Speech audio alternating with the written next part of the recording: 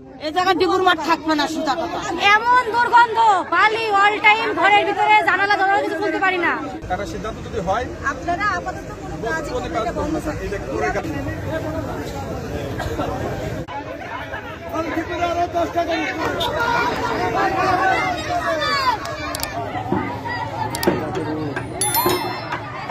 সমস্যা ধুলো বালির জ্বালায় মনে করো যে আজান শুনতে পাচ্ছি না, নামাজ পড়তে পারছি না, খাবার খেতে পারছি না, রুগী কয়টা বাঁচানো যাচ্ছে না, মুখ কতক্ষণ আটকে রাখে শোয়ানোর জন্য। এই রোজা থেকে রমজান মাসে আজান দিচ্ছে, আমরা খালি শুনতে পাচ্ছি না। ডিবুর মাঠের জ্বালায় এই জায়গা ডিবুর মাঠ থাকবে না, সোজা কথা। আমাদের লেবার গুলা কোথায়? কারণ সিদ্ধান্ত যদি হয় আপনারা আপাতত কোনো কাজই করবেন না।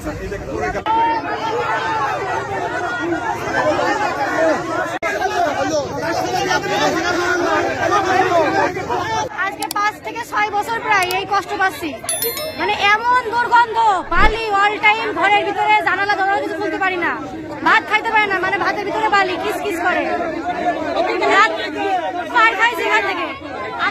আমাদের মারিলো এখান থেকে, মহিলাদের মেরে ধরে টাকা, সাংবাদিক এসছে, কত পুলিশ এসছে, কিন্তু সবার টাকার পাওয়ারে সবার বিতাড়িত করেছে। আমাদের কোনো করিনি, কোনো সমাধান হয়নি আমাদের। 7-8 বছর ধরে কষ্ট পাচ্ছি এই ধুলাবালি। শহরে